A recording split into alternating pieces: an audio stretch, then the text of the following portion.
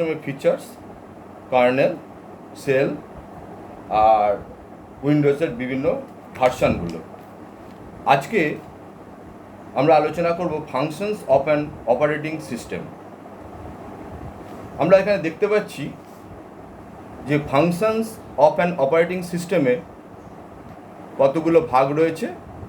1 নম্বর হচ্ছে process management, 2 নম্বর হচ্ছে memory management, 3 নম্বর হচ্ছে ফাইল ম্যানেজমেন্ট, 4 নম্বর হচ্ছে ডিভাইস ম্যানেজমেন্ট এবং input output system management. Functions of an operating system. First point, process management.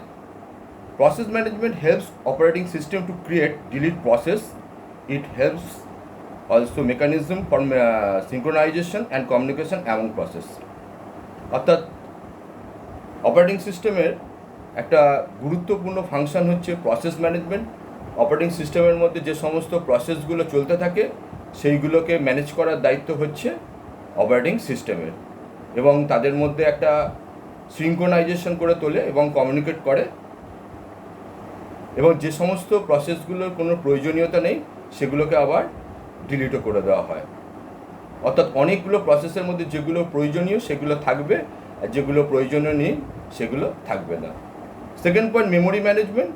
আমাদের memory, নির্দিষ্ট পরিমাণে মেমোরি থাকে, কিন্তু সেই মেমোরির মধ্যে কোন অংশে কতটা কী থাকবে সেটা নির্ধারিত করে দেবে। কোন অংশে তার অ্যাড্রেস কোথায়, কোন পোর্শনে কী থাকবে সেটা নির্দিষ্ট করে দেবে operating system. Third point, file management. It manages all the files related activities such as organisation, storage, naming, sharing, protection of file. Operating সিস্টেমের মাধ্যমে আমরা ফাইল ম্যানেজমেন্ট করতে পারি।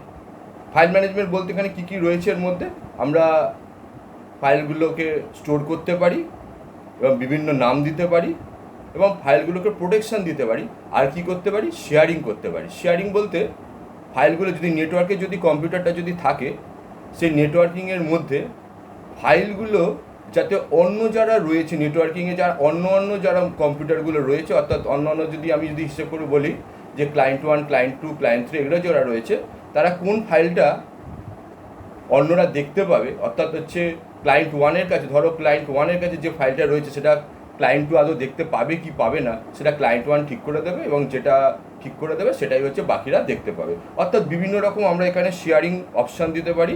এটা এর মেন কারণ হচ্ছে কম্পিউটার ফাইলগুলোকে প্রোটেকশন দেওয়া, যাতে আনঅথরাইজড পার্সন কখনো সেই ফাইলগুলোকে ব্যবহার না করতে পারে। যাকে পারমিশন দেওয়া হবে সেই একমাত্র ব্যবহার করতে পারবে। ডিভাইস ম্যানেজমেন্ট, এখানে যে সমস্ত ইনপুট আউটপুট ডিভাইস যেগুলো থাকে সেগুলোকে এখানে ম্যানেজ করা হয়। Device management keeps tracks of all devices, অর্থাৎ যত ডিভাইস ওর মধ্যে রয়েছে কম্পিউটারের সঙ্গে যুক্ত তাদেরকে কি করে, ট্র্যাক করে, অর্থাৎ সব কোথায় কি আছে না আছে তার পুরো বিস্তারিতভাবে সে তার কাছে স্টোর করে রাখে। The model also responsible for the task is known input output controller. It also pumps the task of allocation and deallocation of the device. এবং যে সমস্ত ডিভাইসগুলো আছে সেই ডিভাইসগুলো অ্যালোকেশন কোথায় কোথায় থাকবে এবং কীভাবে থাকবে সেগুলো অ্যালোকেশন অ্যান্ড ডিঅ্যালোকেশন করা হয়। Number 5, input output system management. Number 5 আমরা এখানে স্ক্রিনে দেখতে পাচ্ছি, one of the main objects of any operating system is to hide particulars device যেগুলো রয়েছে, যেগুলোর মধ্যে পিকুলারিটিস রয়েছে, অর্থাৎ সেগুলো ঠিকমতো কাজ করছে না, সেগুলোকে আমরা আইডেন্টিফাই করতে পারি এবং সাময়িকভাবে সেসবগুলোর কাজ আমরা বন্ধ রাখতে পারি এবং পুনরায় আবার সেগুলোকে চালুও করতে পারি। অর্থাৎ যদি কোনো ডিভাইসের পিকুলারিটিস যদি আমরা দেখতে পাই বা কোনো প্রবলেম করছে যদি মনে হয় আমাদের, সেক্ষেত্রে আমরা সঙ্গে সঙ্গে সেই ডিভাইসটাকে আমরা জানতে পারি এবং সেটাকে আমরা আলাদা করতে পারি। এইবার এইগুলো মোটামুটি একটা প্রশ্ন লিখবে, what are the functions of an operating system, 3 মার্কসের জন্য। নেক্সট, ভেরি ইম্পর্টেন্ট,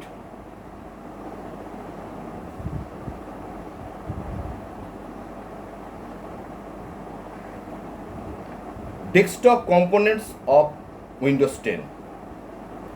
আমরা এবার আলোচনা করব যে উইন্ডোজ 10-এর ডেস্কটপটা মোটামুটি এরকম দেখতে হয়। এর মধ্যে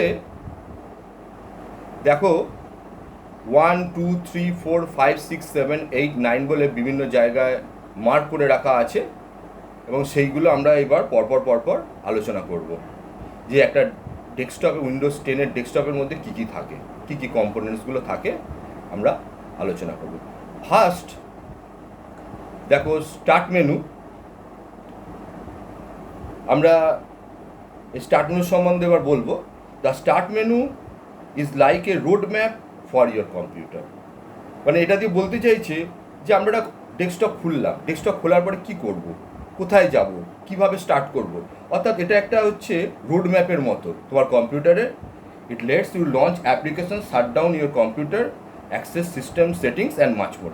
এর সাহায্যে আমরা কম্পিউটারকে বিভিন্ন যে অ্যাপ্লিকেশানগুলো রয়েছে সেগুলোকে আমরা পরিচালিত করতে পারি, কম্পিউটারকে বন্ধ করতে পারি, বিভিন্ন সেটিংসগুলোকে এখান থেকে চেঞ্জ করতে পারি, এবং আরও অন্য কিছু করা যায়। পরের পয়েন্ট হচ্ছে সার্চ বক্স। এখানে আমরা স্ক্রিনের মধ্যে একটা দেখে নিই, এই যে অংশটা রয়েছে, এই যে অংশটাকে এটাকেই বলা হচ্ছে স্টার্ট মেনু। এই যে অংশটাকে আমরা দেখতে পাচ্ছি, এখানে ক্লিক করলে আমরা এই যে ডেস্কটপের মধ্যে এই স্টার্ট মেনুতে যদি আমরা ক্লিক করি, এরকম আমরা স্ক্রিন একটা দেখতে পাবো। এখানে সমস্ত প্রোগ্রামগুলো রয়েছে, ঠিক আছে? এগুলো আস্তে আস্তে আমরা সব আলোচনা করছি। এখানে যেমন শাটডাউন করার বাটন রয়েছে, ঠিক আছে, পাওয়ার বাটন, এরকমভাবে বিভিন্ন অংশগুলো রয়েছে। Search box, the search box allows you to quickly search your computer and the internet at a point right from the task bar. Search বক্সের মধ্যে যদি আমরা কিছু এখানে কোনো ফাইল খোঁজার চেষ্টা করি বা কোনো কিছু করার চেষ্টা যদি করি, তাহলে আমরা কিছু খুঁজবো, অর্থাৎ কোনো ফাইল, ফোল্ডার, এগুলো আমরা যদি কুইক সার্চ করার প্রয়োজন পড়ে, তাহলে আমরা এই সার্চ বক্সের মাধ্যমে আমরা করতে পারি। পয়েন্টটা হচ্ছে, দেখিয়ে দিই, এই যে অংশটা রয়েছে সার্চ বক্স, এখানে যেমন আমি লিখলাম হচ্ছে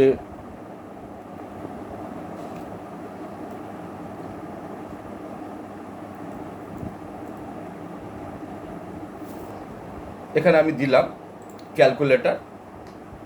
দেখো আমাদের চোখের সামনে ক্যালকুলেটর ভেসে উঠেছে। এইখানে এরকমভাবে আমরা সার্চ বক্সে গিয়ে কিছু সার্চ করে দেখে নিতে পারি।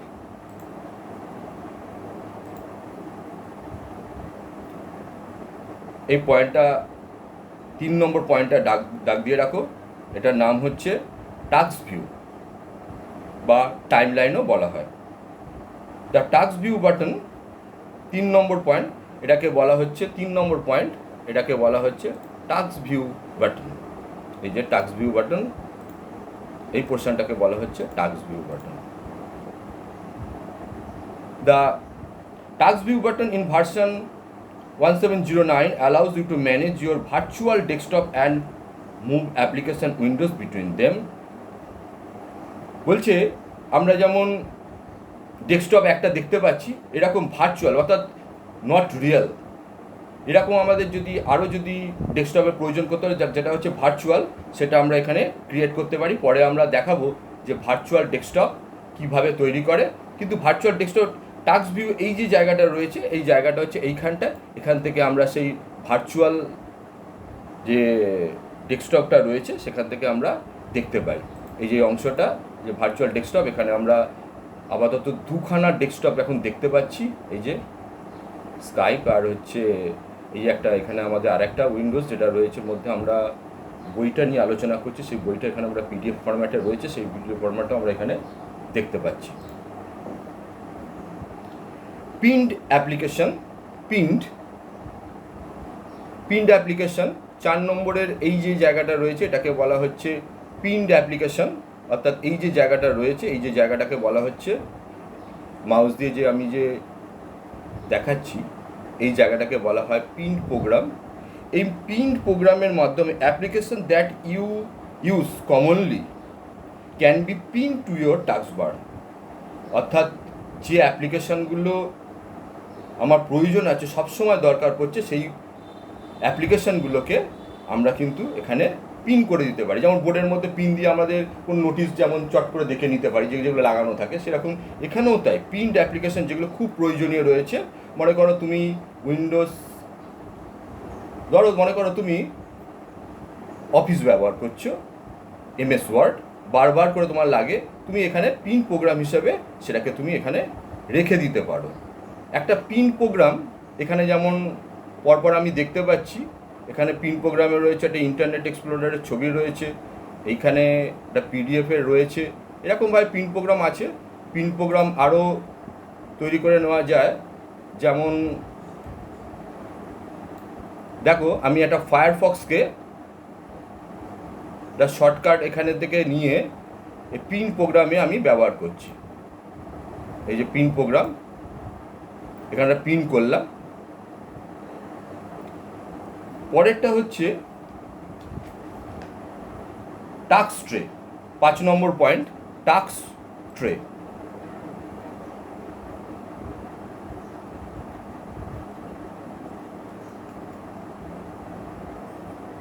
এই যে 5 নম্বর পয়েন্টটা দেখো, কালো মতো যে অংশটা রয়েছে, অর্থাৎ এখানে কম্পিউটারে তুমি দেখো এই যে অংশটা রয়েছে এটাকে বলা হয় টাস্ক ট্রে রয়েছে। এখানে 5 নম্বর পয়েন্টটা দেখাচ্ছে, এখানে দেখো, if an application is open has not been pinned to the taskbar it will show in the task tray। যদি কোনো পিন প্রোগ্রাম যদি ওখানে যদি আমি নাও রাখি, অর্থাৎ আমি একটা অ্যাপ্লিকেশন খুলছি,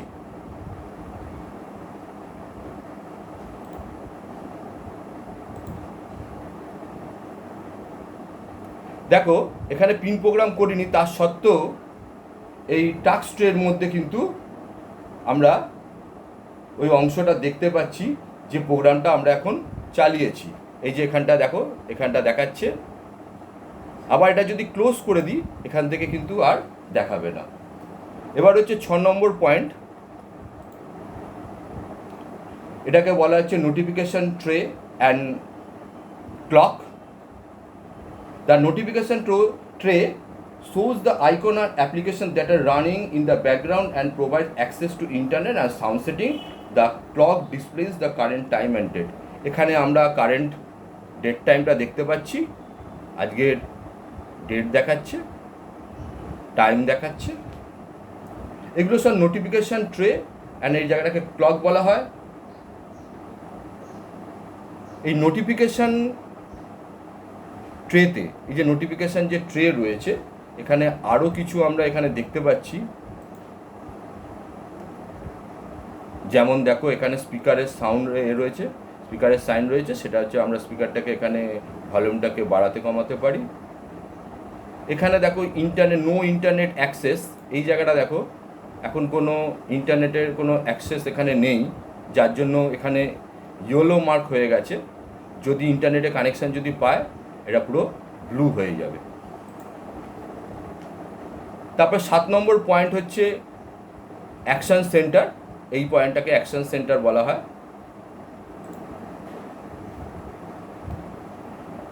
the action centre is Windows main notification system. এখানে সমস্ত নোটিফিকেশানগুলো এখানে জমা থাকে। Any slide out notification that you receive will be stored in this panel. এখানে সমস্ত নোটিফিকেশানগুলো আমাদের এখানে জমা হয়ে থাকে। তাছাড়াও এখানে ওয়াইফাই, ব্লুটুথ, প্রজেকশন, যদি আমরা কোনো প্রজেক্টার এটার মধ্যে কানেক্ট করি সেগুলো কিন্তু আমাদের এখানে সমস্ত কিছু দেখাবে। ওপর দিকে যাই, এগুলো আমাদের জানা আছে। যেমন হচ্ছে এখানে যে বিভিন্ন সমস্ত আইকনগুলো রয়েছে, এখানে নেটওয়ার্ক,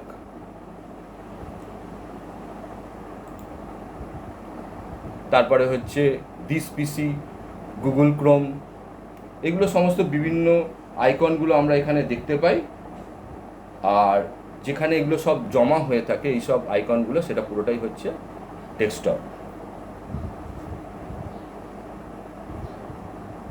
আজকে এই পর্যন্ত থাক, সামনের দিন আলোচনা হবে স্টার্ট মেনু অপশনস।